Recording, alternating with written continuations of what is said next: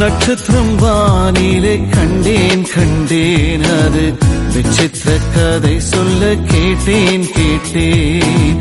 நட்சத்திரம் வானிலே கண்டேன் கண்டேன், அது விசித்திர கதை சொல்ல கேட்டேன் கேட்டேன். ரட்சகரேசுவின் பாதம் பணிந்து பொன் வெள்ளை போளமும் தந்தேன் தந்தேன்.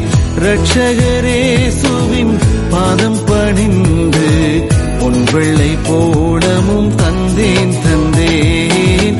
நட்சத்திரம் வானிலை கண்டேன் கண்டேன், அது விசித்திர கதை சொல்ல கேட்டேன் கேட்டேன். Praise the Lord. இன்றைக்கு நான் உங்களோடு கூட பேசுகிற வார்த்தை அவருடைய நட்சத்திரம். அருமையான ஆண்டவருடைய பிள்ளையே, வானத்திலே எவ்வளவோ நட்சத்திரங்களை நீ பார்க்கிறாய். விடிவெளி நட்சத்திரத்தை பார்க்கிறாய்.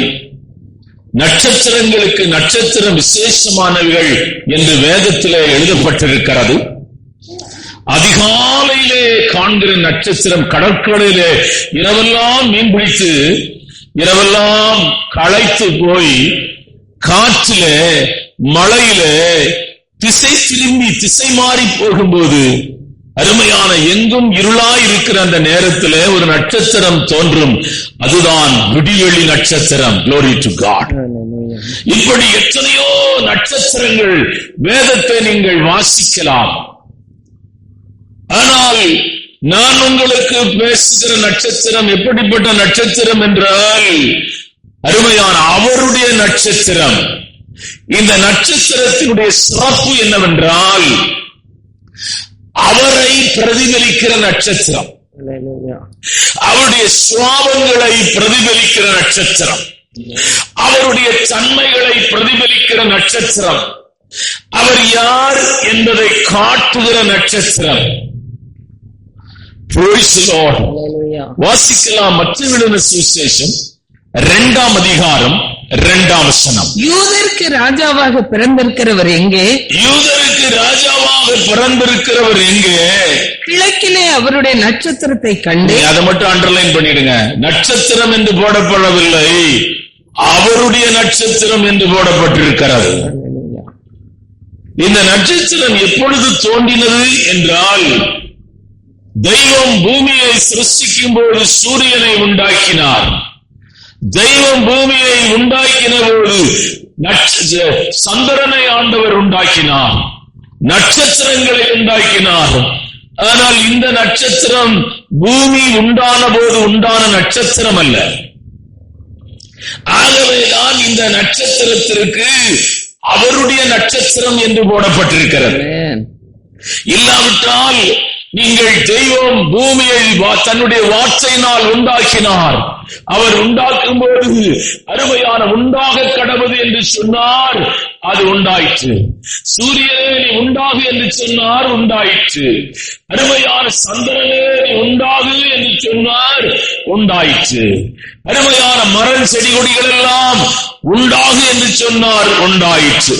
வெளிச்சம் உண்டாக கடவுது என்று சொன்னார், உண்டாயிற்று. ஆனால் இந்த நட்சத்திரம் அப்பொழுது உருவாக்கப்பட்டது அல்ல, அப்படி உருவாக்கப்பட்டது அல்ல. இது அருமையான அவர் பிறப்பின் வேளையில, அந்த பிறப்பின் நேரத்துல, அந்த பிறந்த அருமையான நேரத்துல, அது குறிப்பிட்ட நேரம் என்று நாம் சொல்ல முடியாது. அதற்கு நாள் டிசம்பர் மாதத்துல எந்த தேதி என்று சொல்ல முடியாது. 25ஆம் தேதியில இயேசு பிறந்தார், பிறக்க மாட்டார் என்ற ஒரு வாதம் இருக்கிறது. ஆனா எல்லாரும் ஒத்துக்கொள்ளுகிறார்கள் டிசம்பர் மாதத்தில் இயேசு பிறந்தார். ஏன்னா அப்பொழுது பனி காலம் என்று சொல்லுகிறார். ஏன்னா யூதனுடைய நாள்காட்டி வேற, சீனாவின் நாள்காட்டி வேற. அருமையான ஆங்கிலேயருடைய நாள்காட்டி தான் நாம் பார்க்கிறோம்.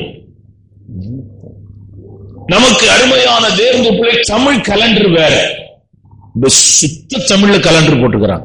அந்த நாள் வேற. எந்த நாளா இருந்தாலும் இயேசு டிசம்பர் மாதத்துல வந்து பிறந்திருக்கிறார். 25ஆம் தேதி. ஏன்னா இந்தியா தேசம், இந்து தேசம் 25ஆம் தேதிய இந்தியா விடுமுறையாய் அறிவித்திருக்கிறது.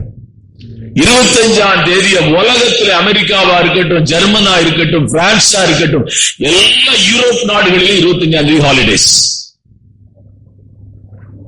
எல்லா நாடும், நீங்க அரபு நாடுகள்ல போனாலும் 25ஆம் தேதி ஹாலிடேஸ் தான். ஆகவே இந்த நாளை ஆண்டவருடைய பிறந்தார் என்பதை நாம் நினைத்து அந்த நாளில அருமையான தேவனுடைய பிள்ளைகளை மகிழ்ச்சியா இருப்பது நல்லது. ஆனால் மாம்சத்திலே இருக்கிற மகிழ்ச்சி இல்ல, ஆவியிலே உண்டாக மகிழ்ச்சி. ஆமென். நான் அந்த பகுதிக்குள்ளே போக விரும்பவில்லை, நான் காரியத்துக்கு வருகிறேன். அவருடைய நட்சத்திரம், நான் பிரசங்கம் பண்ணும்போது இந்த நட்சத்திரத்தை நீங்கள் புரிந்து கொள்வீர்கள். எப்படி அவருடைய நட்சத்திரம் என்று பாஸ்டர் சொல்லுகிறீர்கள் என்று ஒருவேளை ஒரு கொஸ்டின் உங்களுக்கு எழும்பலாம். வானத்தில் எவ்வளவு நட்சத்திரம் இருக்கும்போது அவருடைய நட்சத்திரம் என்று சொல்கிறீர்கள். அருமையான வானசாஸ்திரிகள், இந்த வானசாஸ்திரிகள் என்ன பண்ணினார்கள் என்றால் வானத்தை ஆராய்ச்சி பண்ணி கொண்டிருந்தார்கள். அவர்களுடைய ஆராய்ச்சி என்னவென்றால், அருமையான பீலையாம் ஒரு தீர்க்க தரிசனம் சொன்னான். என்ன சொன்னான்? அருமையான யூதாவிலே இருந்து ஒரு நட்சத்திரம் தோன்றும்.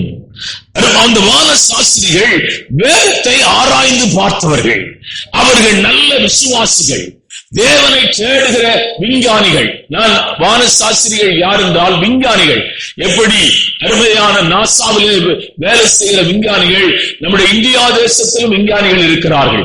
அருமையான அவங்க சாதாரண ஆட்கள் அல்ல, அவங்களுக்கு ஸ்பெஷல் பாதுகாப்பு உண்டு. பெரிய மனிதர்களுக்கு ஒற்ற மயில்சாமி இருந்தாரு. இப்ப யாரு இருக்கிறாங்கன்னு தெரியல. மயில்சாமி எல்லாம் வெளியே வரும்போது அவருக்கு பலத்த பாதுகாப்பு கொடுக்கப்படும். அவங்க நம்முடைய அந்த காவல் கிணறு, அந்த நாகர்கோவில் போற இடத்துல ஒரு ராக்கெட் தளம் இருக்கிறது. இங்கேயும் நிறைய இடங்களில் இருக்கிறது.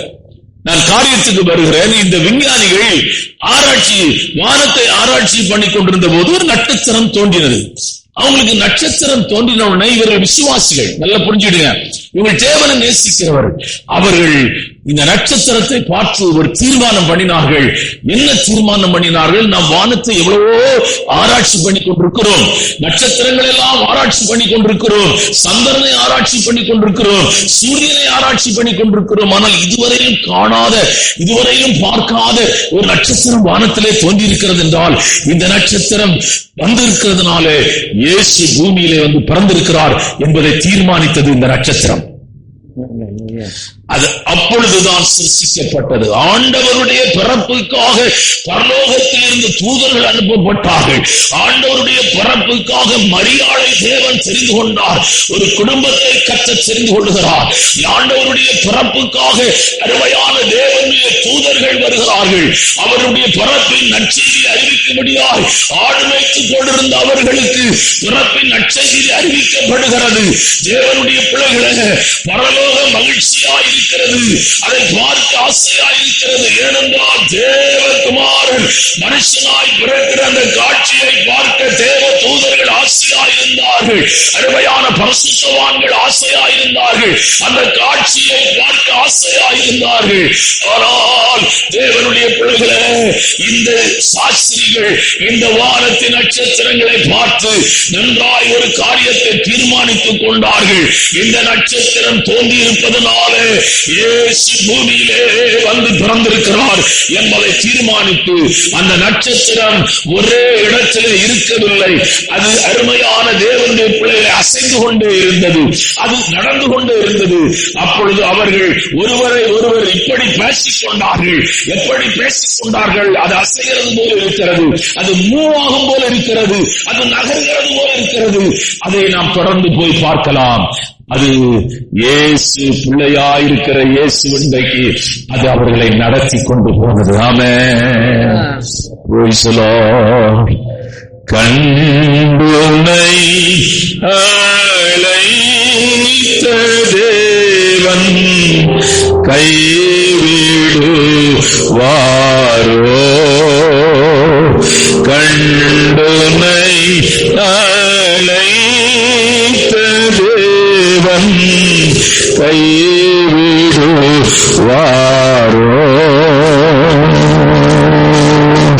சோர்ந்து போகாதே மனமே, சோர்ந்து போகாதே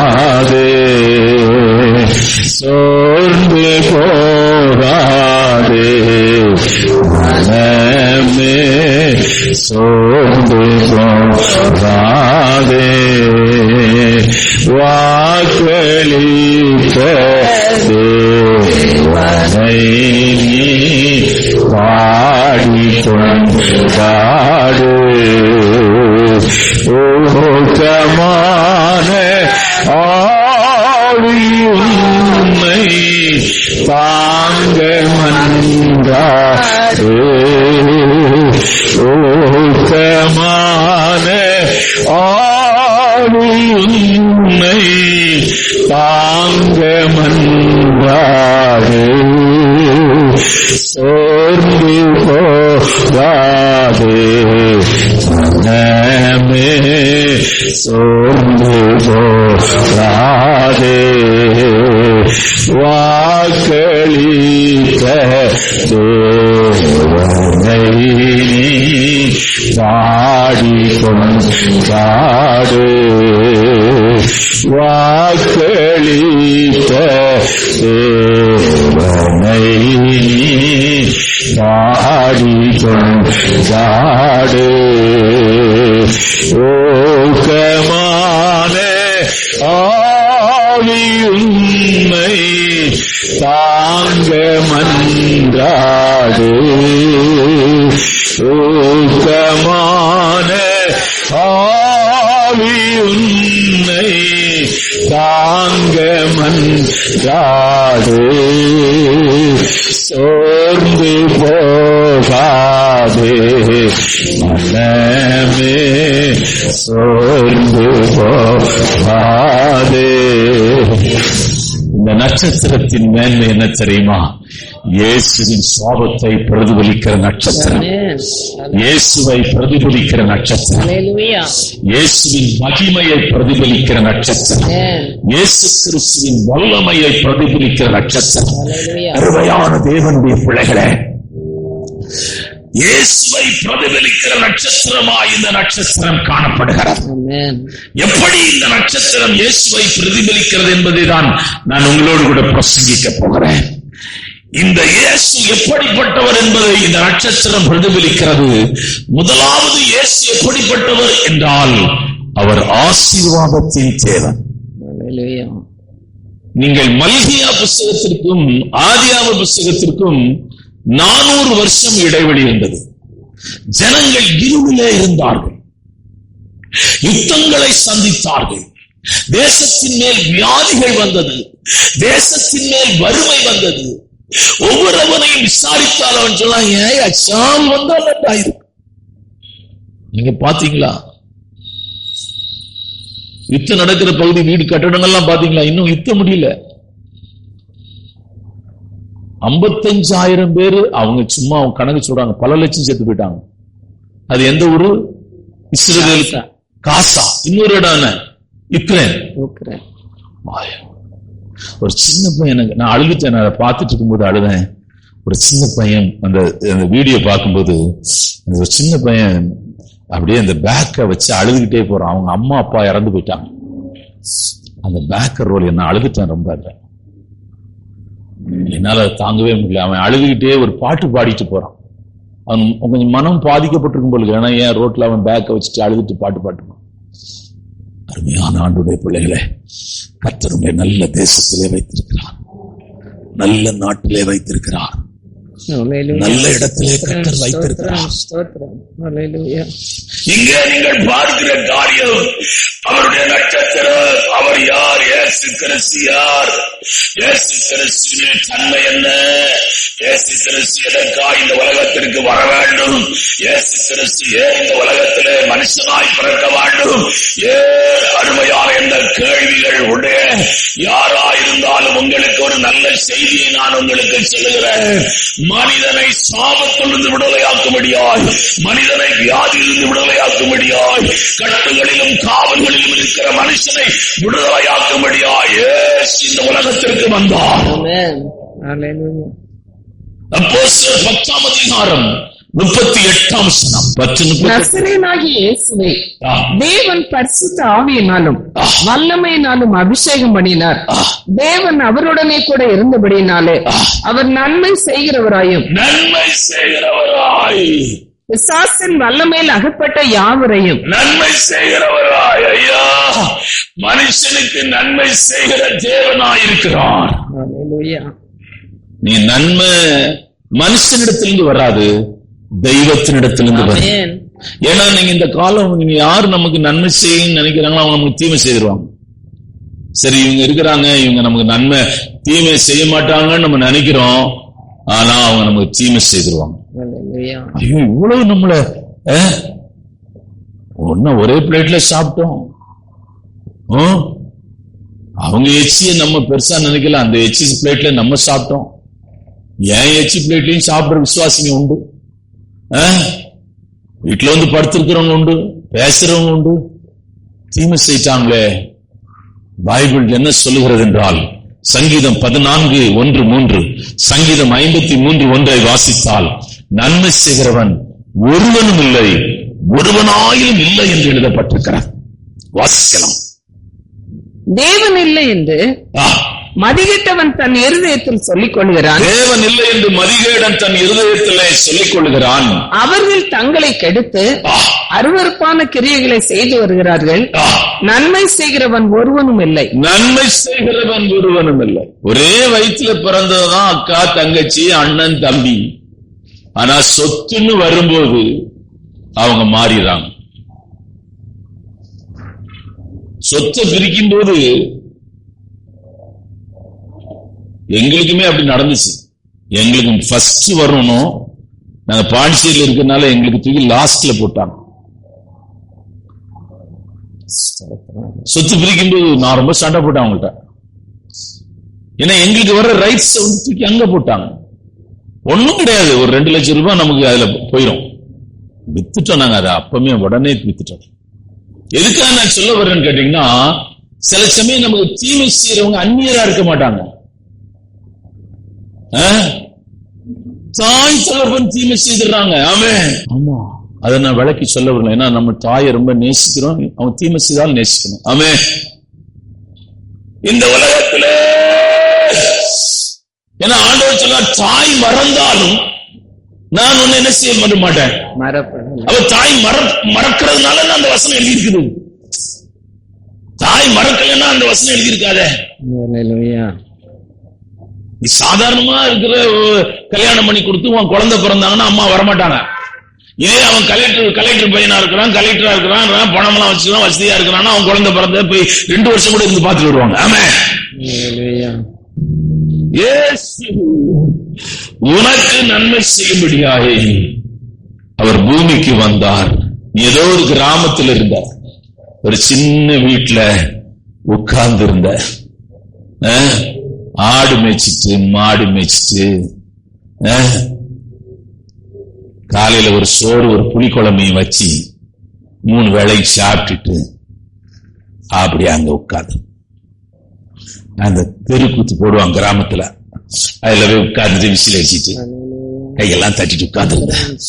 உன் வீட்டை தேடி ஊழியக்காரன் அனுப்பியிருக்கிறார். உன் வீட்டை தேடி ஒரு ஊழியக்காரன் வந்தாயா, அவனை நீ ஊழியக்காரன் நினைக்காத, இயேசுநாதரே ஊழியக்காரன் போல வந்தார். ஆமென். ஆண்டவர் ஒரு மனிதனை சந்திக்கிற இடம் ஆச்சரியமானது. எனக்கு மறக்கவே முடியாது. டிஜிஎஸ் தான் நானும் சாகர் நிறைய நாள் நினைச்சிருக்கிறேன். நானும் செத்து போகணும், ஏன் இந்த பூமியில வாழ, நம்ம நேசிக்க உலகத்துல யாருமே இல்லை. 7வது பிள்ளை, நான் 4வது பையன். வீட்டுல வறுமை, யார் நேசிப்பாங்க? ஒரு குளத்திலே போய் உட்கார்ந்து இருப்பேன். இங்க 4-5 மணிக்கு போய் அதுல போய் உட்கார்ந்து இருந்தா 8 மணிக்கு இருப்பேன். மெடிடேஷன் சொல்லுவாங்களா, இப்போ எல்லாம் போயிட்டு இருக்கிறாங்களா, மெடிடேட் பண்ணுவேன். உங்களுக்கு தெரியாது, அப்படியே கையை வச்சு அவன் சொல்லி கொடுத்தான், அப்படியே கால வச்சு அப்படியே மூவ் ஆகிட்டே இருப்பேன். அதெல்லாம் ஈவில் ஸ்பிரிட், அதெல்லாம் பிசாசுடைய கிரியைகள். சாகணும்னு நினைப்பேன். குளத்துல ஒரு நாள் நான் செத்து போயிருப்பேன். நான் இயேசுநாதர் என்னை நேசிச்சு இந்த மகிமையான ஊழியத்தை என் மேல வச்சு செய்யணும்னு அவர் திட்டமிட்டு இருக்கிறாரியா. ஒரு ரோமன் கேத்தலிக் கிறிஸ்தவன் கூட எங்க வீட்டுல யாரும் கிடையாதுயா. கிறிஸ்தவன் ஒருத்தம் கூட கிடையாது. நீங்க எத்தனை தலைமுறை எடுத்து பார்த்தாலும் கிடையாது. நாங்க தான் நான் தான் அது. இந்த 7 பேரும் இந்த பக்கம் 6 பேரும் திரும்பவே இல்லை. எங்க வீட்டுக்கு வர மாட்டாங்க யாரும். எனக்கு எங்க அண்ணன் வரணும்னு எனக்கு ரொம்ப ஆசை. போகும்போதெல்லாம் சொல்ல என் வீட்டுக்கு வந்துருக்கோன்னு. வாரமா அவன் ஐயப்பன் மலை குருசாமி, அவன் வரவே இல்லை, வரவும் மாட்டாங்க. நான் செத்து போனா வருவாங்கன்னு நினைக்கிறீங்க? கேட்பாங்க, அவ்வளவுதான். செத்து போயிட்டானா சரி, அடக்கம் பண்ணோம், செத்துட்டானா சரி. சில வேலை வந்தாலும் வரலாம், சொல்ல முடியாது. ஆனா புதைக்கிறது அவங்க ஒத்துக்க மாட்டாங்க, எரிக்கிறது தான் ஒத்துக்கிடுவாங்க. ஆமே, எதுக்காக சொல்றேன்னா நம்மளை புதைக்கதான் செய்யணும், எரிக்க கூடாது. வரும்போது நம்ம எடுக்க பண்ணணும். அதனாலதான் சொந்தமா கலரை வச்சுக்கிறேன். ஆமே, தேவனுடைய பிள்ளைய இந்த நாளில் கால வேளையில உன்னை ஆசீர்வதிக்கும்படியாய் உன்னை தேடி வந்தார். உன்னை தேடி எதுக்கு வந்திருக்காரு? உன்னை மதத்துல சேர்த்துட்டா? நீ மதத்துல சேர்ந்து என்ன பிரயோஜனம்? அவன் மதம் மாற்றாங்களாம். மதமும் கிடையாது, ஒண்ணும் கிடையாது. ஏசுநாதர் எங்க உள்ளத்துல வந்ததின் நோக்கம், நான் பேசுறேன்யா, நான் கிறிஸ்தவம் கிடையாதுயா. ஏன்னா தொலைக்காட்சியில போயிட்டு இருக்கு. என்னை ஆசீர்வதிக்க இயேசு வந்தார். நான் போற கோயில்ல சாப்பாடு மட்டும் கொடுத்திருந்தா கூட நான் இங்க வந்திருக்க மாட்டேன். ரொம்ப காலத்துக்கு ஒரு ஜெயில தான் கோயில்ல சாப்பாடு போட்டா. தேவனுடைய பிள்ளைய இந்த நாளின் கால வேளையில உன்னை ஆசீர்வதிக்கிற தேவன் இந்த நட்சத்திரம் பிரதிபலிக்கிறது என்னவென்றால் இயேசு. ஏன்னா 4 வருஷம் ஓடிட்டு இருக்குது. இயேசு நாமத்தை பற்றி போன வாரம் பேசினேன், பொண்ணை பற்றி பேசினேன், யூதாவின் அருமையான ராஜசிங்கம், யூதாவின் கோத்திரத்திலே இயேசு பிறந்தார் என்று சொல்லி பேசினேன். இன்றைக்கு நான் பேசுகிறது அவருடைய நட்சத்திரம். ஆமென். இந்த நாளின் கால வேளையில இந்த இயேசு யார்? உன் கஷ்டத்தெல்லாம் நீக்குவாரையா? கடனை நீக்குவாரையா? கிராஸ் கணக்கா இருக்குது கடன், நீக்குவாரையா இயேசு? ஆமென். இயேசு நீக்குவாரையா, கடனை நீக்குவாரு. அல்லேலூயா. என்ன பாஸ்டர் இப்படி சொல்றீங்க? பணம் வருமா பாஸ்டர்? பணம் வரும். கடனை தீப்பாருன்னா ஏவியர் ராஜன் போய் நெட்ல போய் போட்டு பாருங்க, அவர் சாட்சியை கேட்டு பாருங்க, கடன் தீப்பாரா இல்லையான்னு அவர் சொல்லுவார். சினிமா நடிகர் அவரு, அவர்கிட்ட கேளுங்க, அவர் நெட்ல எவ்வளவு பணம் வந்துச்சுங்க. அவர் சொல்றாரு, எனக்கு எவ்வளவு பணம் வந்துன்னே தெரியல, மஞ்சப்பை ஃபுல்லா பணமா இருந்துச்சுங்கிறார். நான் எண்ணல, என் வாழ்க்கைக்கு தேவையான எல்லா பணமும் அந்த மஞ்சப்பைக்குள்ள இருக்குங்கிறார். தேவனுடைய பிள்ளைய இந்த நாளின் கால வேளையில உனக்கு நன்மை செய்கிறவர் ஆபிரகாமை, இந்த நட்சத்திரம், அந்த நட்சத்திரத்தை உங்களுக்கு சொல்லுகிறேன். ஆதியாகமம் புத்தகம் 32ஆம் அதிகாரம் 17ஆம் வசனம், ஆதியாகமம் புத்தகம் 26ஆம் அதிகாரம் 5ஆம் வசனம், யாத்திராகமம் புத்தகம் 32ஆம் அதிகாரம் 13ஆம் வசனம், ஆதியாகமம் 22:17, 26:5, அருமையான 32:13 வாசிக்கலாம். ஒரு வசனத்தை. உன் சந்ததியை வானத்தின் நட்சத்திரங்களை போல பெருக பண்ணி. ஆமென். இவ்வளவாய் உன் சந்ததி. அது ஃபுல் வசனம், அவ்வளவுதானா? அவர் அவனை வெளியே அழைத்து நீ வானத்தை அண்ணாந்து பார், நட்சத்திரங்களை என்ன உன்னாலே கூடுமானால், நட்சத்திரத்தை என்ன உன்னாலே கூடுமானால் அவைகளை எண்ணு என்று சொல்லி பின்பு அவனை நோக்கி உன் சந்ததி இவ்வண்ணமாய் இருக்கும் என்றார். உன் சந்ததி இவ்வண்ணமாய் இருக்கும். பைபிள் சொல்லுகிறது, கலாத்தியருக்கு அப்போஸ்தலனாகிய பவுல் எழுதும்போது எழுதுகிறான், கிறிஸ்துவின் அருமையான ஆபிரகாமின் ஆசீர்வாதம் கிறிஸ்து இயேசுவின் மூலமாய் உங்களுக்கு உண்டாயிற்று. ஆமென். ஆபிரகாமின் ஆசீர்வாதம் எழுச்சின்படியான ஆசீர்வாதம். ஆண்டவரை தேடுகிற ஒரு மனுஷனையும் ஆண்டவர் ஆசீர்வதிக்காமல் விடவில்லை. யாபேஸ் கர்த்தருடைய ஆலயத்திலே போய் அழுது புலம்பினான். ஆண்டவர் என்னை என் தாய் சாபத்திலே பெற்றெடுத்தாள், என் மேலே சாபம் இருக்கிறது. யாபேசை பார்த்து கர்த்தர் சொன்னார், நான் உன்னை ஆசீர்வதிப்பேன். ஆமென். அந்நாள் போய் அழுதாள், ஆண்டவரே என்னை ஆசீர்வதியும். அவள் சந்ததியிலே, அவள் கர்ப்பத்திலே சாமுவேல் என்னும் ஒரு தீர்க்கதரிசியை அவள் பெற்றெடுத்தாள். தேவன் உன்னை ஆசீர்வதிக்க அழைத்திருக்கிறார். தேவன் உனக்கு நன்மை செய்ய வளைத்திருக்கிறார். இந்த 12 மாதமும் 12 வாக்குத்தத்தத்தை கர்த்தர் உனக்கு கொடுத்திருக்கிறார். அதிகாலை 5 மணிக்கு நீ வந்திருக்கிறாய். என்னை தொட்ட நிறைய வாக்குத்தத்தம் உண்டு. நான் பிரசங்கிக்கிறேன் நினைக்காதீர்கள். கர்த்தரின் வாயிலே போடுகிறதை அசிரி வார்த்தைகள் மூலமாய் உங்களுக்கு நான் சொல்லுகிறேன். என்னை ரொம்ப தொட்ட வாக்குத்தத்தம், குறித்த நாளுக்கு தரிசனம் வைக்கப்பட்டிருக்கிறது, பொய் சொல்லாது. அது தாமதித்தாலும் அதற்கு காத்திரு, அது தாமதிப்பதில்லை, நிச்சயமாய் வரும். அது என்ன ரொம்ப டச் பண்ண இந்த வருஷத்துல அந்த வாக்குத்தத்தம். அருமையான தேவனுடைய பிள்ளையே, கர்த்தருக்கு வாக்கு பண்ணி இருக்கிறார். நீ வாக்குத்தத்தத்தின் சந்ததியாயிருக்கிறாய். வாக்குத்தத்தத்தின் தேவனை நீ ஆராதிக்கிறாய். நீ ஆராதிக்கிற தேவன் உன்னை ஆசீர்வதிக்கிற தேவன். 1-2 சாட்சி கிடையாதுயா, ஆயிரக்கணக்கான சாட்சி என்கிட்ட இருக்குயா. ஆண்டவரை பின்பற்றி அவள் சந்ததிகள், குடும்பங்கள் ஆசீர்வதிக்கப்பட்டது. கர்த்தர் உன்னை ஆசீர்வாதத்துக்கு என்று அழைத்திருக்கிறார். இந்த நட்சத்திரம் என்ன சொல்லுகிறது என்றால், மனிதனை ஆசீர்வதிக்க பூமியிலே தெய்வம் மனுஷனாய் பிறந்திருக்கிறார் என்பதை அறிவிக்கிற நட்சத்திரம். 2வது இடத்துக்கு உங்களை கொண்டு போகிறேன்.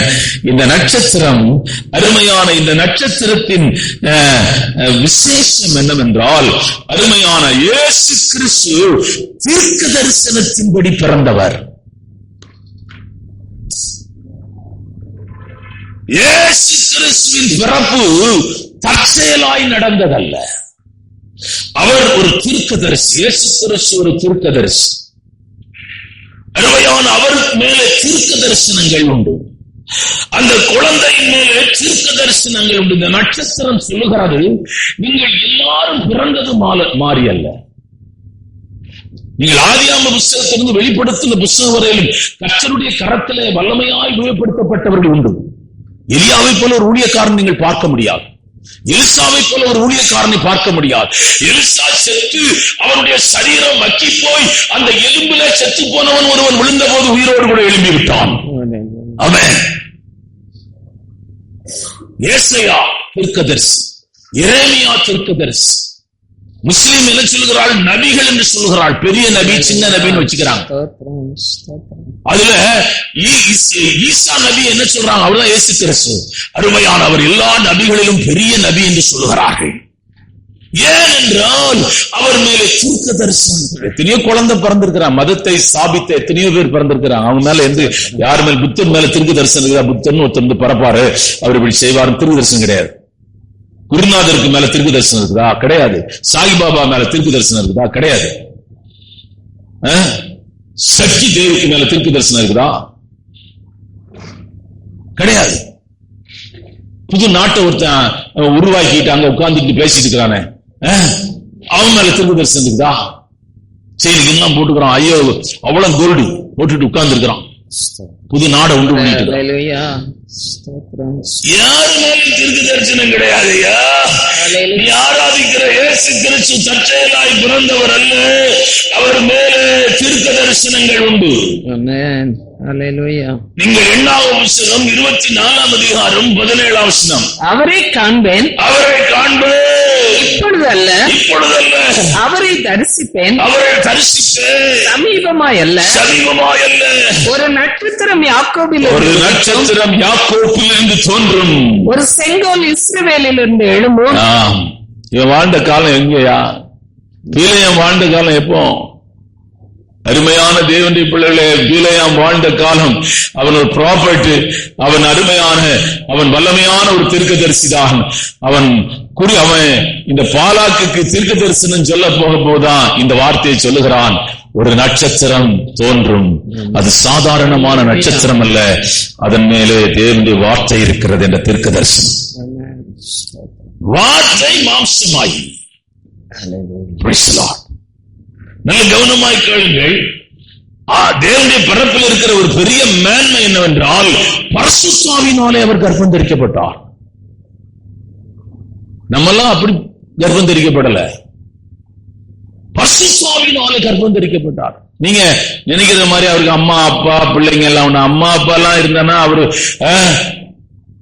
கடவுளே கிடையாது. பரிசுத்தாவினாலே கர்ப்பம் தரிக்கப்பட்டவர். ஏன்னா இந்த ரோமன் கேத்தலிக்ல மாதா தான் தெய்வம்னு ஒரு கூற்று வச்சுக்கிறாங்க. பெத்த புள்ள அவர் பெற்றிருக்கிறார் சொல்ற அவங்களுக்கு மட்டும் சொல்றேன். பரவாயில்ல, வட்டிக்கன்ல இப்ப இருக்கிற போப்பு எழுதியிருக்கிறார் மாதா தெய்வம் கிடையாதுன்னு. அந்த அவங்க மேகசின்லயே போட்டார். நீ அவரை அந்த அம்மாவை நீங்க தெய்வமா கும்பிடாதீங்கன்னு போட்டுக்கிறாங்க. இயேசுதான் தெய்வம் ரட்சகர்னு சொல்லிக்கிறாங்க. நம்ம சொன்னா கேட்க மாட்டாங்க. இருந்து வந்திருக்குது நியூஸ். அது 2-3 வாரம் செய்தியாவே ஓடிட்டு இருக்குது. நியூஸ்ல போகுது. தேவனுடைய பிள்ளைய அவர் அருமையான மனுஷனுடைய வித்தினால் உருவாக்கப்பட்டவர் அல்ல, அவர் பரிசுத்த ஆவியினாலே உருவாக்கப்பட்டவர். அந்த வார்த்தை மாம்சமாகி அல்லேலூயா. தீர்க்க தரிசனம், 2வது தீர்க்க தரிசனத்தை ஏசாயா சொல்லுகிறான். ஏசாயா தீர்க்க தரிசன புத்தகம் 11ஆம் அதிகாரம் 1-2, ஏசாயா தீர்க்க தரிசன புத்தகம் 9ஆம் அதிகாரம் 6-7. ஈசா என்னும் அடிமரத்திலிருந்து ஒரு துளிர் தோன்றி அவன் வேர்களில் இருந்து ஒரு கிளை எழும்பி செழிக்கும். ஞானத்தையும் உணர்வையும் அருளும் ஆவியும், ஆலோசனையையும் பலனையும் அருளும் ஆவியையும், அறிவையும் கர்த்தருக்கு பயப்படுகிற பயத்தையும் அருளும் ஆவியும் ஆகிய கர்த்தருடைய ஆவியானவர் அவர் மேல் தங்கியிருப்பார். அடுத்த வசனம் 9:6-7. நமக்கு ஒரு பாலகன் பிறந்தார், அவருக்கு ஒரு பாலகன் பிறந்தார், நமக்கு ஒரு குமாரன் கொடுக்கப்பட்டார், கர்த்தத்துவம் அவர் தோளின் மேல் இருக்கும், அவர் நாமம் அதிசயமானவர், ஆலோசனை கர்த்தா, வல்லமை உள்ள தேவன், நித்திய பிதா, சமாதான பிரபு எனப்படுவார். ஏசாயா தீர்க்க தரிசனம் சொல்றான். ஏசாயா பீலேயாமை காட்டின ரொம்ப வருஷத்துக்கு பிறகு வந்த தீர்க்க தரிசனம். அடுத்த தீர்க்க தரிசனம் நீங்கள் எரேமியா தீர்க்க தரிசனத்தை மத்தேயுல எழுதப்பட்டிருக்கிறது. மத்தேயு எழுதின சுவிசேஷம் 2ஆம் அதிகாரம் 17-18. புலம்பிலும் அழுகையும் மிகுந்த துக்கம் கொண்டாடலும் ஆகிய கூக்குரல் ராமாவிலே கேட்கப்பட்டது. ராகேல் தன் பிள்ளைகளுக்காக அழுது அவைகள் இல்லாதபடியால் ஆறுதல் அடையாது இருக்கிறாள் என்று எரேமியா தீர்க்கதரிசியினால் உரைக்கப்பட்டது. அப்பொழுது நிறைவேறிச்சு. ஏன்னா குழந்தை கொல்லப்பட்டது. அந்த கொஸ்டினை பார்க்கும்போது ஆண்டவர் பிறந்ததுனால நிறைய குழந்தைகளை அங்கே கொல்லுகிற ஒரு செய்தி, அது எனக்கே ரொம்ப துக்கமாய்தான் இருந்தது. ஆனா அது தீர்க்க தரிசனம், அதை நம்ம ஒண்ணும் செய்ய முடியாது. ஆமென். அது ஒரு தீர்க்க தரிசனம். எரேமியா சொல்றான், ராமாவிலே புலம்பல் உண்டாகும். ஆமென். ஹல்லேலூயா. தீர்க்க தரிசனம். அடுத்து யோவான் ஸ்நானகன் தீர்க்க தரிசனம் சொல்லுகிறான். மார்க் எழுதின சுவிசேஷம் 1ஆம் அதிகாரம் 7ஆம் வசனம்.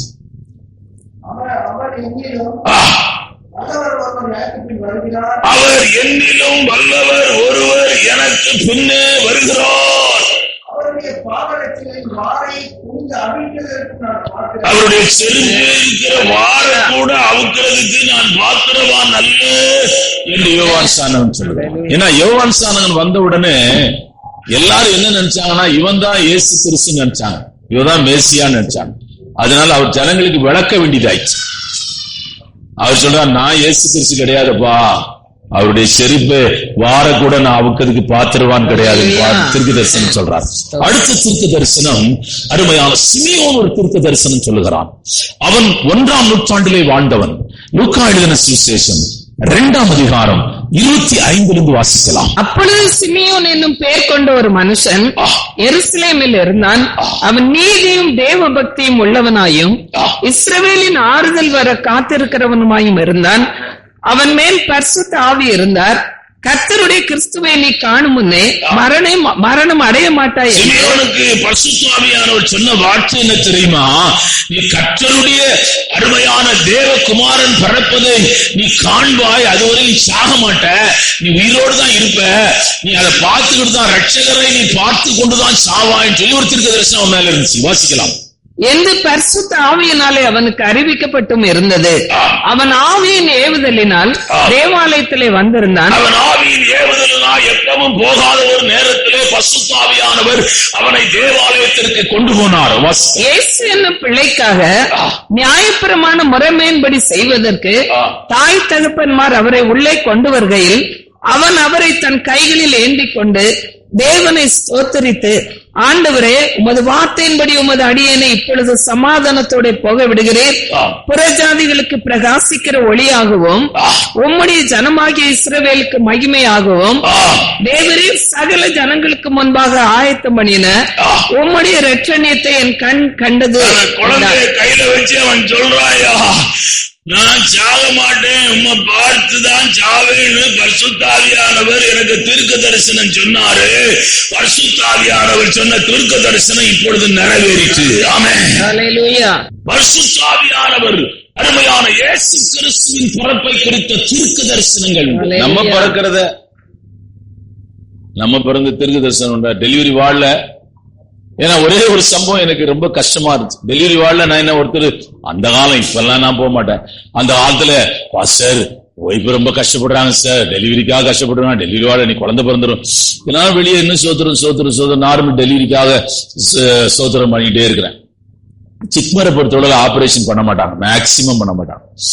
பிரைவேட்ல போனோடனே ஆபரேஷன் பண்ணிடுவாங்க, ஏன்னா சார்ஜ் நிறைய கிடைக்கும். அப்பதான் சிக்மர்ல பண்ண மாட்டாங்க, அப்படியே உட்காந்து சோத்திரம். உங்களை குழந்தை பிறக்குமா பாஸ்டர்? ஆம்பளை. நான் என்ன கடவுளா தீர்க்க தரிசனம் சொல்றேன்? நான் ஏதாவது தப்பா சொல்லிட்டா என்ன பண்ணும்? கத்த நல்ல குழந்தை தருவார் சிஸ்டர், நீங்க ஒண்ணும் பதறாதீங்க. பொம்பளையா ஆம்பளையா இது அவங்களுக்கு கிளியர் பண்ணி ஆகணும். இப்ப மிஷின்ல ஏதாவது கிளியர் பண்ணா ஆஸ்பத்திரியை க்ளோஸ் பண்ணிடுவான், சீல் வச்சுட்டான். மெட்ராஸ் தமிழ்நாட்டுல அதை கிளியர் பண்ண 2-3 ஆஸ்பத்திரி இப்ப இந்த மாசம் சீல் வச்சான். கிளியர் இப்ப எல்லாம் கிளியர்.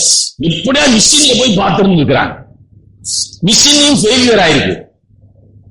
மிஷின்ல குழந்தை ஆம்பளைன்னு பார்த்து பொம்பளை பிறந்து போச்சு, பொம்பளைன்னு பார்த்து ஆம்பளை பிறந்து போச்சு. அவன் மிஷின் ப்ராப்ளம் ஆயிருக்கு. ப்ராப்ளம் இல்ல, ஆண்டவர் என்ன குழந்தை கொடுத்தா என்ன கிடக்குது? ஆமென் ஆமென். ஆம்பளை கொடுத்தாருன்னா பொம்பளை கொடுத்தாருன்னா இந்த ஒரு இறுதியை நம்ம நாட்டுல இருக்கிற ஜனங்களுக்கு இல்ல. ஆம்பளை குழந்தை பிறந்துன்னு பாசு வாயை திறங்கன்னு சொல்லி சாக்லேட்டை எனக்குள்ள வாய்ப்புல போட்டாங்க. பொம்பளை புள்ள பிறந்தா கண்டிப்பா எனக்கு சாக்லேட் போட்டுக்க மாட்டான். எங்க ஊரை பொறுத்தவரை ஆம்பளை பிறந்தா அந்த குடும்பம் ஓன்று, பொம்பளை பிறந்தா செலவு. 20 நகை போடு, அதை போடு, வண்டியை போடு, அதை கொடு, டெலிவரி பார்க்கணும், அப்புறம் அந்த குழந்தைய வளர்க்கணும். ஐய, பொம்பளை பிள்ளைய பிறந்தனா ரொம்ப கஷ்டம் அப்பா அம்மாவுக்கு. ஆம்பளை பிள்ளை பிறந்துட்டுனா அவ்வளவுதான். இப்போ அப்படி கிடையாது. இப்போ கொஞ்சம் நிலைமையெல்லாம் மாறி போச்சு. எல்லாம் எஜுகேஷன் ஜாஸ்தி ஆயிட்டுல, படிச்சுட்டாங்க நிறைய பேர். இப்போ இல்ல, அப்போ சொல்றேன். இயேசு பிறந்தது மனுஷன் பிறந்தது போல பிறக்கவில்லை. ஆமென். மனுஷன் பிறந்தது போல பிறக்கவில்லை. அல்லேலூயா. அவர் மேலே தீர்க்க தரிசனம் பேர் சொல்றதை பத்தி நான் போன வாரம் பிரசங்கம் பண்ணேன். வேற பேரெல்லாம் அவங்க வைக்க முடியாது. பேர் வைக்கிற உரிமை தாய் தகப்பனுக்கு உண்டு, அதெல்லாம் அங்க கிடையாது, இந்த பரப்புல கிடையாது. இங்க பரலோகத்திலும் தேவதூதன் வந்து சொல்றான் இவருக்கு இயேசுன்னு பேர் விடாத. போன வாரம் பேசினேன். இந்த நாளில தேவனுடைய பிள்ளையை மூன்றாவது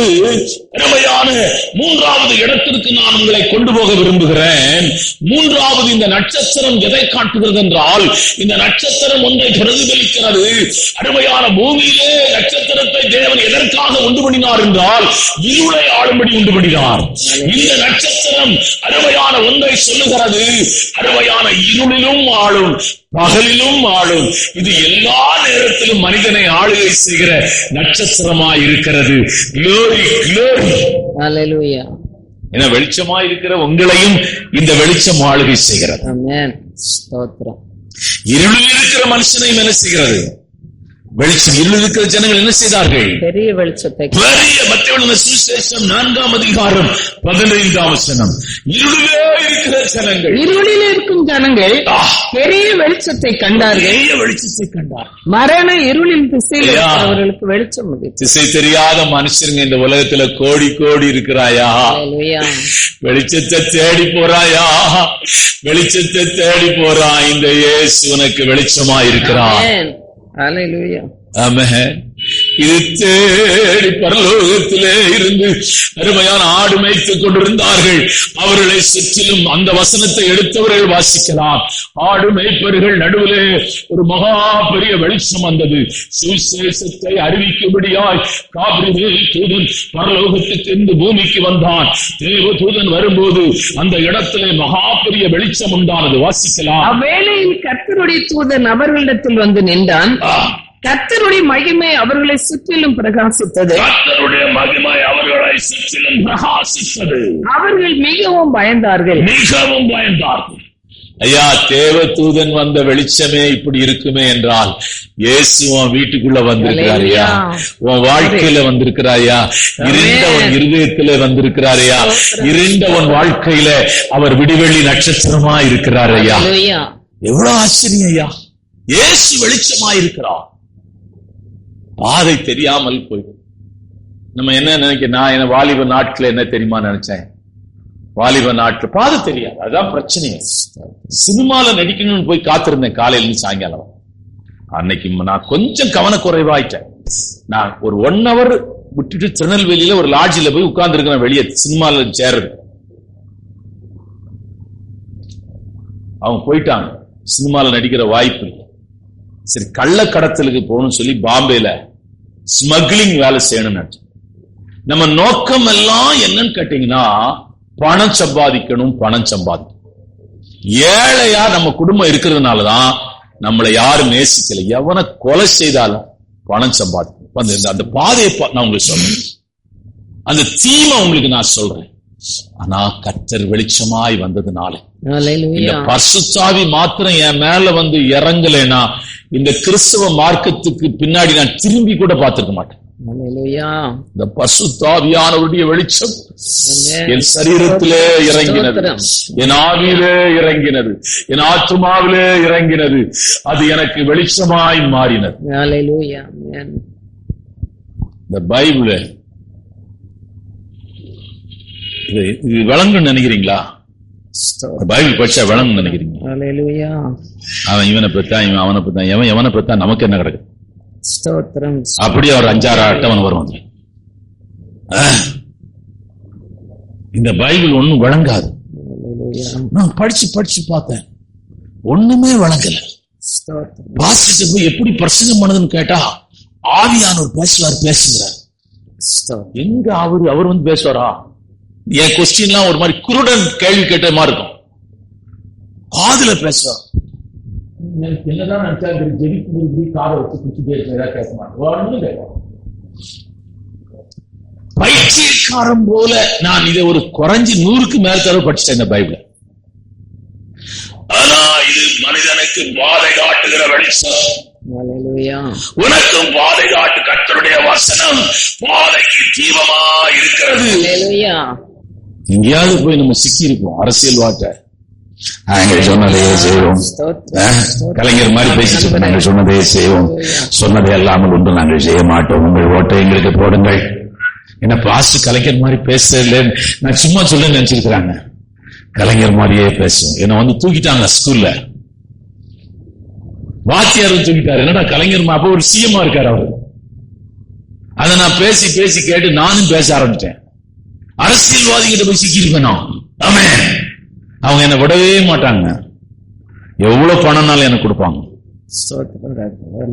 வைகோலாம் என்கிட்ட நிக்க முடியாது. வைகோ எல்லாம் பேசுறாரு, வில்லு மாதிரி பேசுறாரு. நான் பயங்கரமா பேசுவேன். நான் பேசினா ஓட்டு வரும். ஆமென். ஆனா கர்த்தர் நம்மை சரியான பாதையிலே நடத்தி வந்திருக்கிறார். ஜீவ பாதையிலே நடத்தி இருக்கிறார், ஜீவ வழியிலே நடத்தி இருக்கிறார். நம்ம எங்கேயாவது போய் சிக்கிருந்தா என்ன ஆயிருக்கிறோம் யோசிச்சு பாருங்க. நான் நினைச்சு அழுததும் உண்டு. பேசலாம் என்ன தெரிஞ்சுக்கிட்டேப்பா. நான் ஜெபம் பண்ணும்போது இப்படி நான் சொல்லுவேன், ஆண்டவரே என்கிட்ட பணம் இல்ல, காசு இல்ல, நான் ஒரு எம்டி ஆளு. கொஞ்சம் பணக்காரனை பார்த்து அவனை ஊழியத்துக்கு அழைச்சா அவன் சர்ச்செல்லாம் கட்டி கொடுப்பான். பணமெல்லாம் அவன்கிட்ட நிறைய இருக்கும். என உட்காரவே இடம் கிடையாது. என்ன நீர் அழைச்சேங்கிற. நானா ஒண்ணு செய்யறேன், ஃபாரினுக்கு போறேன், வேலை செய்து சர்ச்சு கட்டி கொடுக்குறேன். நீ இருக்கிற சூழ்நிலையிலே வா, நான் உன்னை ஆசீர்வதிப்பேன். ஆமென். இருக்கிற இடத்திலிருந்து வா. ஞானிகளை வெட்கப்படுத்தும்படி பைத்தியங்களை தெரிந்து கொண்டார், பலமுள்ளவர்களை வெட்கப்படுத்தும்படி பலவீனமானவர்களை தெரிந்து கொண்டார், உள்ளவர்களை அவமாக்கும்படி இழிவானவைகளை மர்மமானவைகளை கர்த்தர் தெரிந்து கொண்டார். அந்த லிஸ்ட்ல தான் நான் இருக்கிறேன். ஆமென். கர்த்தர் நம்மை தெரிந்து கொண்டிருக்கிறார். ஐயா, இந்த இடம் மூன்றாவது, இந்த நட்சத்திரத்துல நீங்கள் பார்க்கிற மேன்மையான காரியம். நான்காவது, மூன்றாவது பார்க்கிற காரியம் அப்போஸ்தலர் 9ஆம் அதிகாரம் 3ஆம் வசனம். தமஸ்குவை நோக்கி ஒரு மனுஷன் போய்கொண்டிருக்கிறான்.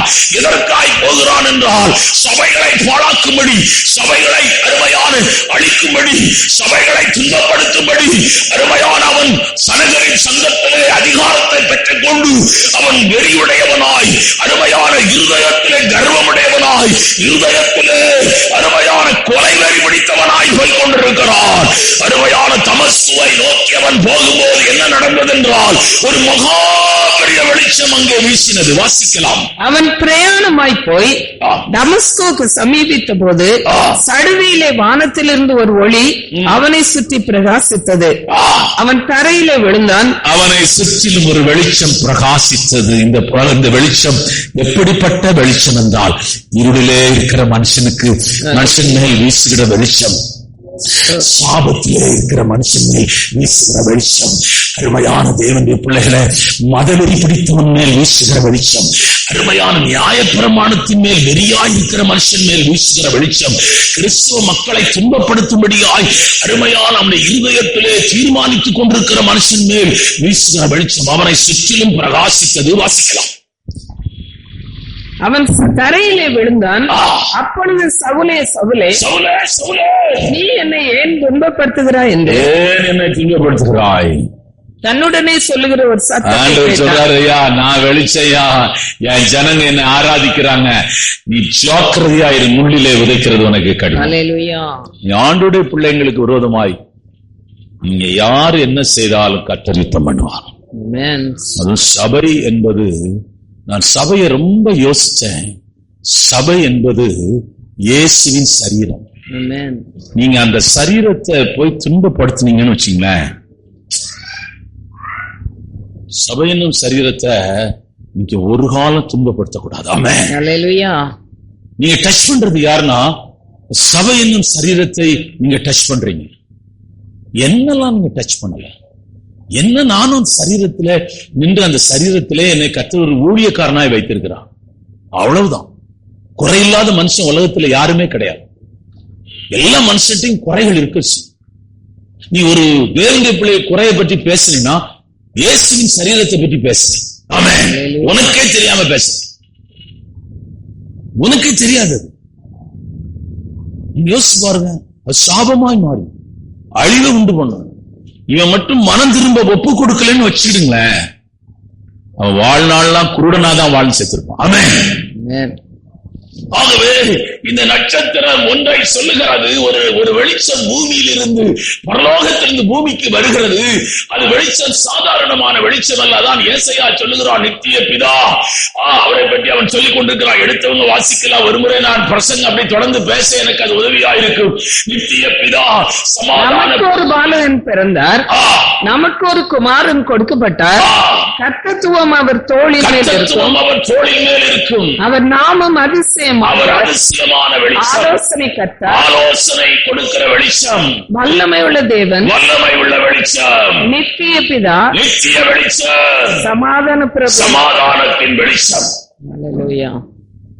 ஐயா, இந்த அவருடைய நட்சத்திரம் வானத்தில் அவ்வளவு தூரத்தில் இருக்கிறது. எங்கேயாவது ஒரு நட்சத்திரம் ஆட்களை நடத்த முடியுமாயா? சூரிய வெளிச்சம்னா பரவாயில்ல, அவங்க போற பாதையில லட்சக்கணக்கான மைலுக்கு மேல இருக்கிற ஒரு நட்சத்திரம் அவர்கள் புள்ள இருக்கிற இடத்துக்கு கொண்டு போகிறது என்றால், நல்ல கவனமா கேளுங்க. பிளைட்டு போகுது, நாங்க அந்த மேகம், நம்ம இங்க இருந்து பாக்குற மேகத்துக்கு மேல நாங்க போயிட்டு இருக்கிறோம். கீழே தான் மேகம் இருக்கு, இப்படி எட்டி பார்க்கலாம். நான் நினைப்பேன், அந்த லேடி அனௌன்ஸ் பண்ண பாருங்க, ரொம்ப நல்லா அனௌன்ஸ் பண்ணுவாங்க. நீங்க இத்தனை 1000 மைலுக்கு மேலே பறந்து கொண்டிருக்கிறீர்கள், கவனமா இருங்கள், கவனமான பெல்ட் போடுங்க, பெல்ட் போடுங்கம்மா. இவ்வளவு மேல நீங்க பறந்துட்டு இருக்கிறீங்க. நான் நினைப்பேன், ஒருவேளை நம்ம இந்த பிளைட்ல செத்து போயிட்டா பரலோகத்துக்கு சீக்கிரமா அப்படி போயிடலாம்னு நினைப்பேன். உண்மையை நினைச்சுக்கிறேன். அவ்வளவு உயரத்துல போகுது பிளைட். அதை காட்டி ஒரு மனுஷன் இருந்தான், அவன் 3ஆம் எடுத்துக்கொள்ளப்பட்டானோ, நானா எவ்வளவு எடுத்துக்கொள்ளப்பட்டா எனக்கு தெரியல, ஆனா எடுத்துக்கொள்ளப்பட்டான் இருக்குது. அவ்வளவு தூரத்தில் இருக்கிற ஒரு நட்சத்திரம், அந்த வெளிச்சம் இவர்கள் போகிற பாதையிலே போய்கொண்டிருக்கிறார். இவங்க என்ன நினைச்சாங்க, ராஜாவா, யூதருக்கு ராஜாவாய் பிறக்கிறவர் அரமனைக்கு போனார் என்று நினைத்து இந்த வெளிச்சத்தை விட்டு நடந்து போனதான் அரமனைக்கு போனாங்க. அது சப்ஜெக்டே தனி.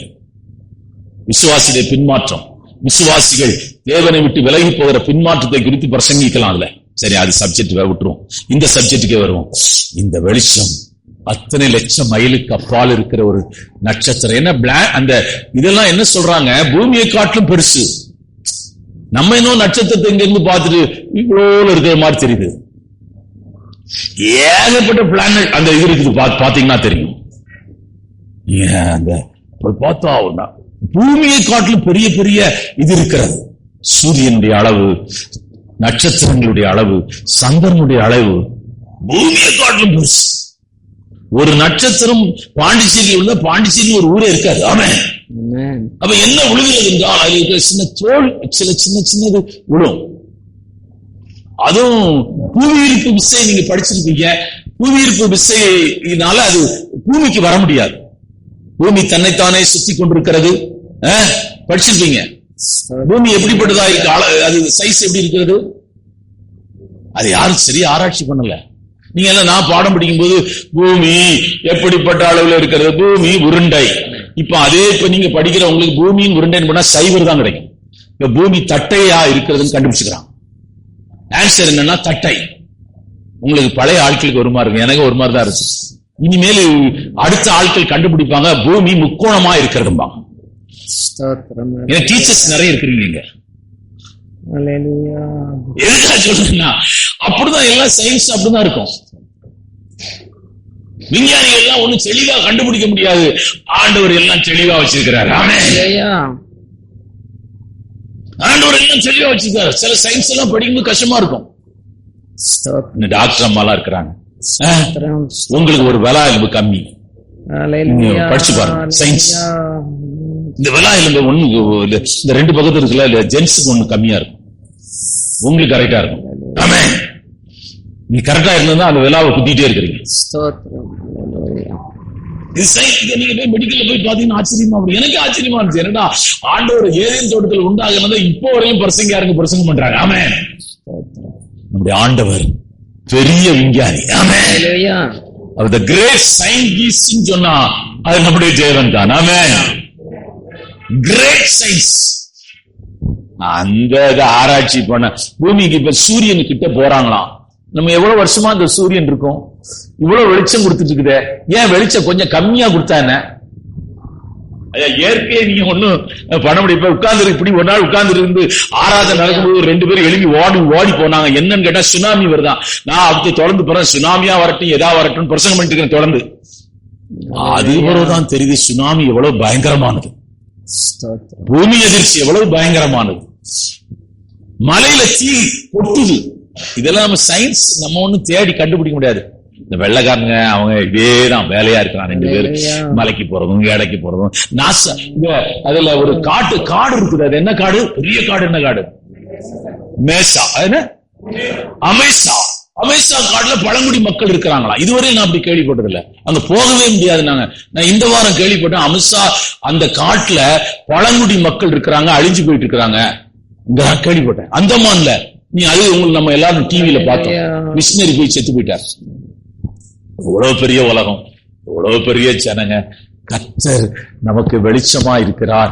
அருமையான இந்த வெளிச்சம், அருமையான இந்த வெளிச்சம் தான், இயேசுவாகிய வெளிச்சம் தான் உன்னை சபைக்கிலே கொண்டு வந்தது. சிஸ்டர் சொன்னாங்களா, அன்னைக்கு சிஸ்டர்கிட்ட பேசும்போது, நான் எப்படிதான் இங்க வந்தேன்னு எனக்கே தெரியல பாஸ்டர். சிஸ்டர் சொல்லிக்கிறான், எனக்கு அது அந்த வார்த்தை எனக்கு ரொம்ப ஆச்சரியம். எப்படி நாங்க வந்தோம் எனக்குமே தெரியல சிஸ்டர், நான் எப்படி வந்தேனே தெரியல.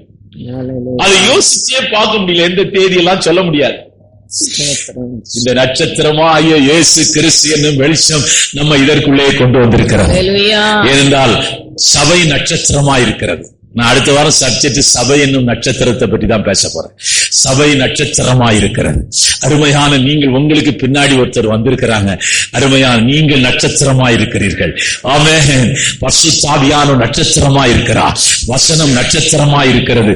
இதிலெல்லாம் இருந்து வெளிச்சம் வந்து கொண்டே இருக்கும். இது மனிதனுடைய பாதையை சரிபடுத்திக் கொண்டு அருமையான அவனை நேராக நடத்துகிற பாதையை உண்டு பண்ணுகிற வெளிச்சம் இங்கிருந்து புறப்பட்டு கொண்டே இருக்கும். ஆமென்.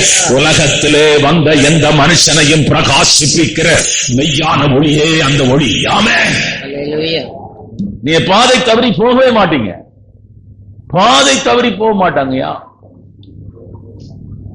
ஆபிரகாம் கூடாரங்களிலே குடியிருந்தான், யாக்கோபு கூடாரங்களிலே குடியிருந்தான், ஈசாக்கு கூடாரங்களிலே குடியிருந்தான். மோசே பார்வோனுடைய குமாரத்தி எனப்படுவதை விட்டு வந்தான். எதுக்கு தெரியுமா? நேரான பாதையிலே இயேசுவை பார்க்க வேண்டும் என்றால் நேரான பாதையிலே போகிறது. இடுக்கும் நெருக்கமான வாசல் தான். ஆனால் அதற்குள்ளே போய் நீங்கள் பார்த்தால் இயேசுவை பார்க்க முடியும். அதற்குள்ளே நீங்கள் பார்த்தால் கிருபையை பெற்றுக்கொள்ள முடியும், ஆசீர்வாதங்களை பெற்றுக்கொள்ள முடியும், நன்மைகளை பெற்றுக்கொள்ள முடியும். சபையில வந்து கெட்டு போனவங்க யாரா இருக்கிறீங்களாயா? இந்த சபையில வந்து கெட்டு போனவனா வராதிங்க நான் சொல்றேன். ஒருத்தம் கூட கெட்டு போனதில்லை. ஆமென். நான் சபைக்கு வந்து கெட்டு போயிட்டேன்னு சொல்லி யாரா சொல்ல முடியுமா? நான் இந்த சபைக்கு வந்தையா கெட்டு போயிட்டேயா? ஒருத்தர் கூட சொல்ல முடியாது. இயேசுவுக்கு பின்னே நான் வந்தேன் கெட்டு போயிட்டேன்னு சொல்ல முடியுமாயா? சொல்ல முடியாதையா? அப்படி நீ கெட்டு போயிருக்கா சபைக்கு வராம இருந்திருப்ப, அதனால கெட்டு போயிருப்ப. ஆமென். ஆராதனை அலட்சியம் பண்ணிருப்ப, அதனால கெட்டு போயிருப்ப. சபை அற்பமா இருப்ப, அதனால கெட்டு போயிருப்ப. ஊழியக்காரன் அற்பமா இருப்ப, அதனால கெட்டு போயிருப்ப. வர ஆசீர்வாதம் வராம போயிருக்கும். வேற மாறி அருமையான நடக்காதையா? நான் எப்பவுமே இப்படிதான் பேசுவேன். ஆண்டவன் செய்தாவா இல்லைன்னா போவராத. அடுத்தபடியாக அருமையான தேவனுடைய பிள்ளைகளை, இந்த நட்சத்திரத்தை பற்றி உங்களோடு பேசி முடிக்கிறேன். இந்த நட்சத்திரம் இயேசு இருக்கிற இடத்து வரையிலும் நகர்ந்து நகர்ந்து போகும். அதுக்கு மேல இந்த நட்சத்திரம் மூவ் ஆகாது. ஊழியக்காரன் ஒரு சபை விசுவாசிகளுக்கு அவன் நட்சத்திரமா இருக்கிறான். அவன் என்ன செய்யணும்னா, அவன் வேலையில முக்கியமான வேலை என்னன்னா, அவங்களுக்கு வசனத்தை பிரசங்கம் பண்ணி அவர்களை பரலோகத்திற்கு கொண்டு போகிற ஒரு சபையா இருக்கு. பாட்டெல்லாம் பாடுறது நல்லதுதான், மியூசிக் எல்லாம் வாசிக்கிறது நல்லதுதான். ஆனா இந்த பாட்டு மியூசிக்கு இந்த ஆராதனை பரலோகத்துக்கு போமா? லவோதிக்கா சபைக்கு வெளியே நிற்கிறார் இயேசுநாதர். இதோ வெளியே நின்று கதவை தட்டுகிறேன், ஒருவன் என் சத்தத்தை கேட்டால் கதவை திறக்க சத்தம் போடுறாரு. எவனுமே கதவை திறக்கல. ஆனா அங்க பாட்டு நடக்குது, அந்நிய பாஷை நடக்குது, ஆவியில நிறந்து ஜெபம் பண்றாங்க, எல்லாமே பிரசங்கம் எல்லாம் நடக்குது. இயேசுநாதர் மாத்திரம் இல்ல, எல்லாம் நடக்குது. இயேசுநாதர் எங்க இருக்காருன்னா கேட்சுக்கு வெளியே நிற்கிறார். சுலமித்தியாளே கதவை தர, நான் உன் கூட வர்றேன். அவ சொல்ல, நான் வச்சரம் இல்லாமல் இருக்கிறேன். ஆண்டவர் சொல்றாரு, என் தலை பணி நான் நினைக்கிறது, நான் திறக்க மாட்டேன். ஆண்டவர் தோரத்தின் வழியாய் தன் கரத்தை விடுகிறார். அந்த துவாரத்தில் இருக்கிற அந்த இடத்துல அருமையான அவருடைய அந்த விரலில அது அறுத்து ரத்தம் வழிகிறது. ஆனாலும் அவள் திறக்கவில்லை. கொலோசியருக்கு நிறுவனம் 1ஆம் அதிகாரம் 15, 16, 17. இந்த நட்சத்திரம் நம்மை, அவர் அதர்சனமான தேவனுடைய தற்ஸ்வரூபமும் சர்வ சிருஷ்டிக்கும் முந்தின பேருமானவர். ஏனென்றால் அவருக்குள் சகலமும் சிருஷ்டிக்கப்பட்டது, பரலோகத்தில் உள்ளவைகளும் பூலோகத்தில் உள்ளவைகளும் ஆகிய காணப்படுகிறவைகளும் காணப்படாதவைகளுமான சகல வஸ்துக்களும், சிங்காசனங்கள் ஆனாலும் கர்த்தத்துவங்கள் ஆனாலும் துரைத்தனங்கள் ஆனாலும் அதிகாரங்கள் ஆனாலும் சகலமும் அவரை கொண்டும் அவருக்கென்றும் சிருஷ்டிக்கப்பட்டது. இந்த நட்சத்திரத்தை நீ பிடிச்சிட்டீன்னா எங்க போலாம் தெரியுமா? இயேசு இருக்கிற இடத்துக்கு போலாம். இயேசு எங்க இருக்கிறாரு? பிதாவின் வலது பார்ச்சத்துல உனக்காக பரிந்து பேச இந்த நட்சத்திரம். நீங்கள் பரிசுத்தவானுடைய மரணம் அவருடைய பார்வைக்கு அருமையாயிருக்கு. ஆமென். ஆமென். நீங்க அருமையான இந்த கைத்தட்டி பாட்டு பாடி ஜெபமணி தியாகம் பாடு கஷ்டம் சோதனை போராட்டம் குடும்பம் அது இது நொட்டு நொடுக்கு எல்லாத்தையும் கடந்து வந்தீங்க. வேதம் அந்த இடத்துல நீங்கள் இயேசுவை பார்ப்பீர்கள். அந்த இடத்துக்கு இந்த நட்சத்திரம் உங்களை கொண்டு போகும். சபையாயிருக்கிற நட்சத்திரம் கொண்டு போகும். அருமையான தேவனுடைய வார்த்தையா இருக்கிற வசனம் என்னும் நட்சத்திரம் உங்களை கொண்டு போகும். பரிசுத்தாவியா இருக்கிற நட்சத்திரம் உங்களை கொண்டு போகும். தேவனுடைய ஊழியக்காரனாய் இருக்கிற நட்சத்திரமாய் இருக்கிற தேவனுடைய ஊழியக்காரன் உங்களை கொண்டு போவான். அருமையான வளர்ந்த விசுவாசிகள், ஆவியிலே வளர்ந்த விசுவாசிகள், தரிசனமுள்ள விசுவாசிகள், ஆத்தும பாரமுள்ள விசுவாசிகள், ஜெபிக்கிற தேவனுடைய பிள்ளைகள், அவர்களை நீங்கள் பிடித்துக் கொண்டால் அருமையான அவர்கள் உனக்கு வெளிச்சமாய் இருப்பார்கள். அவர்கள் இந்த நட்சத்திர அண்டைக்கு உன்னை நடத்தி கொண்டு போவார்கள். அருமையான இந்த நட்சத்திர தண்டையிலே நீங்கள் போனால் அங்கே பசி இல்லை, அங்கே தாகம் இல்லை, அங்கே மரணம் இல்லை, அங்கே துக்கம் இல்லை, அங்கே வியாதி இல்லை, அங்கே புலம்பல் இல்லை, அங்கே மரணம் இல்லை. அங்கே அந்த நட்சத்திரமாய் இயேசுவை போல நீங்கள் அங்கே இருப்பீர்கள். ஆமென். ஆமென். ஸ்தோத்திரம். இந்த ஓட்டத்தின் முடிவுல பரிசுத்தவான்களுடைய மரணம் நான் பார்த்திருக்கிறேன். இந்த ஹெவன் அப்படியே கீழே இறங்கும். நல்ல விசுவாசத்துல ஓடி ஓட்ட முடிக்கிறவங்க மோசேயுடைய மரணத்துல தேவனை கீழே வந்துட்டார். தேவனை கீழே வந்து சொந்த கையினாலே அவனை எடுத்து அவரே கொண்டு போய் அடக்கம் பண்ணினார். சரீரத்தை அவன் மனைவிக்கு சொல்லலையா, அவன் பிள்ளைக்கு சொல்லல. அவன் எங்க அடக்கம் பண்ணான்னு சொல்லி பைபிள் சொல்லுது. இந்நாள் வரையிலும் அவன் அடக்கம் பண்ண இடம் யாருக்கும் தெரியாதுன்னு எழுதியிருக்கு. செத்து போனா ஆண்டவரே வந்தார். ஆமென். எனக்காக 40 வருஷம் வனாந்திரத்திலே ஊழியம் செய்தவன். 40 வருஷம் இந்த ஜனங்கள் வழுகி போகிற இருதயம் உள்ள ஜனங்கள், அருமையான தேவனுடைய பிள்ளைகளை, முரட்டாட்டமான ஜனங்கள், கன்றுக்குட்டியை உண்டு பண்ணின ஜனங்கள், அருமையான தேவனுடைய மகிமையும் அற்புதத்தையும் இமைப்பொழுதிலே மறந்த ஜனங்கள். அந்த ஜனங்க மத்தியில தான் மோசேக்கு கர்த்தர் ஊழியம் வச்சிருந்தார். மோசேக்கு ஒரு வாய்ப்பு கொடுத்தாரு. இந்த ஜனத்தை நீ விட்டு உனக்கும் உன் குடும்பத்துக்கும் கானான தரேனார். அவன் அது ஒத்துக்கவே இல்லை. என் பேரை ஜீவ புஸ்தகத்திற்கு கிறுக்கி போடும். இவ்வளவு வருஷம் நான் இவ்வளவு தூரம் வந்துட்டோம். புறஜாதி ஜனங்க என்ன சொல்லுவாங்க? கடவுளை நம்பி போனாங்க, வனாந்தரத்துல கைவிட்டுட்டாங்க, அவங்க எல்லாம் செத்து போனாங்கன்னு சொல்லுவாங்க. நோ நோ, என்ன நான் இந்த ஜனங்களோடு சாகுறேன். மோசமான ஜனங்கப்பா, பரவாயில்ல, இந்த ஜனங்க மத்தியில தான் நான் ஊழியம் செய்ய வந்தேன், இந்த ஜனங்க மத்தியில சாகுறேன். இயேசுவின் பின்னே போகணும் பாட்டுக்கு ஹிஸ்டரி தெரியுமா உங்களுக்கு? நான் சொல்லி இருக்கிறேன், புதுசா உள்ளவங்க கேட்டுங்க. ஏன்னா நம்ம எல்லாரும் பாடுவோம், இயேசுவின் பின்னே போக தோணி. சும்மா பாடாத, ஸ்டாப் பண்ணு. ஒண்ணு நீ வர முடியாது அவ்வளவு செலவுமா. இயேசுவின் பின்னே போக துணிந்த பின்னோக்கே நான் பின்னோ. பாட்டெல்லாம் பாடலாமா? I got decided. அதுல வேற இங்கிலீஷ்ல வேற பாட்டு, அதுல வேற அந்நிய பாசை எல்லாம் பாடலாம். ஹிஸ்டரிக்கு சொல்றேன் கேளு. மிஷினரி வட இந்தியாவுல அந்த மலைவாசி ஜனங்க மத்தியில ஊழியம் செய்தாங்க. அவங்க நிறைய தடவை வார்ன் பண்ணிருக்கிறாங்க, இங்க ஊழியம் செய்யக்கூடாது. கேட்கல. புருஷன மரத்துல கட்டி வச்சாங்க, மேல் மரத்துல. கீழே எல்லாம் காஞ்ச விறக போட்டாங்க. மனைவியும் பிள்ளைங்களும் அழுறாங்க, கதறி கதறி. அவங்க ஒரு சந்தர்ப்பம் கொடுத்தாங்க. கடைசி, நீ இவ்வளவு அழுற, உன் புருஷன் சொல்லு, இனிமேல் நாங்க இந்த ஊர்ல இருக்க மாட்டோம், இந்த மலைவாசி வரமாட்டோம் சொல்லு, நாங்க இறக்கி விட்டுறோம், நீங்க கூட்டிட்டு இப்படியே கீழே இறங்கிருங்க மலையில. மனைவி அழுறா, அப்படி அவரை பார்த்து பார்த்து அழுறாங்க, பிள்ளைங்க அழுறாங்க. அவர் பாடின பாட்டுதாயா இந்த பாட்டு. இயேசுவின் பின்னே போக துணிந்தேன், பின்னோக்கே நான் பின்னோக்கே நான், சிலுவை என் முன்னே, உலகம் என் பின்னே. பாட்டு பாடினார், தீ வச்சிட்டாங்க. ஆமா, அந்த தீயிலே அவர் ஜீவன் போயிடுச்சு. நீங்க ஆஸ்திரேலியா மிஷினரி குஷ்டரோகி மத்தியிலே ஊழியம் செய்ய வந்த மிஷினரி எல்லா படமும் பார்த்திருக்கீங்க. அவங்க பேர் என்ன? Graham Steyn. Graham Steyn. எனக்கு மறந்துடும், அதான் நான் கேட்கிறேன். மனைவி பிள்ளைங்க குஷ்டரோகி மத்தியில ஊழியம் செய்ய வந்தாங்கய்யா.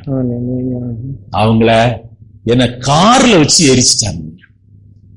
சுப்ரீம் கோர்ட் என்ன தீர்ப்பு தெரியுமா கொடுத்துச்சு?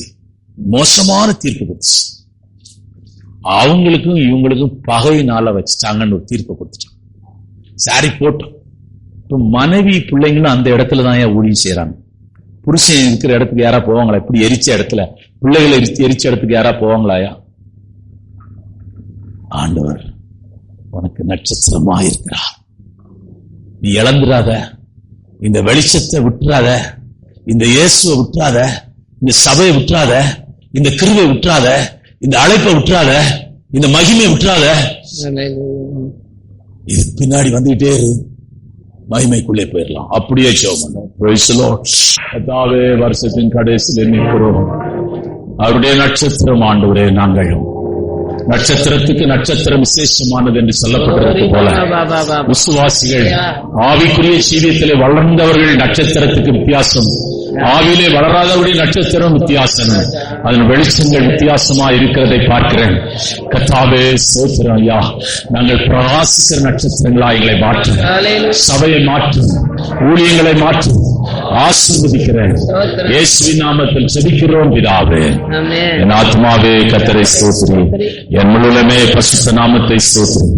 என் ஆத்மாவே கர்த்தரை ஸ்தோத்திரி, அவர் செய்த சகல உபகாரங்களை மறவாதே. கர்த்தராகிய இயேசு கிறிஸ்துவின் கிருபையும் பிதாவுடைய அன்பும் பரிசுத்த ஆவியானுடைய அந்நிய ஐக்கியமும் இந்த காலவேளை ஆராதனையில் வந்த ஒருவரோடும் விசேஷ விதமாயிருப்பதாக.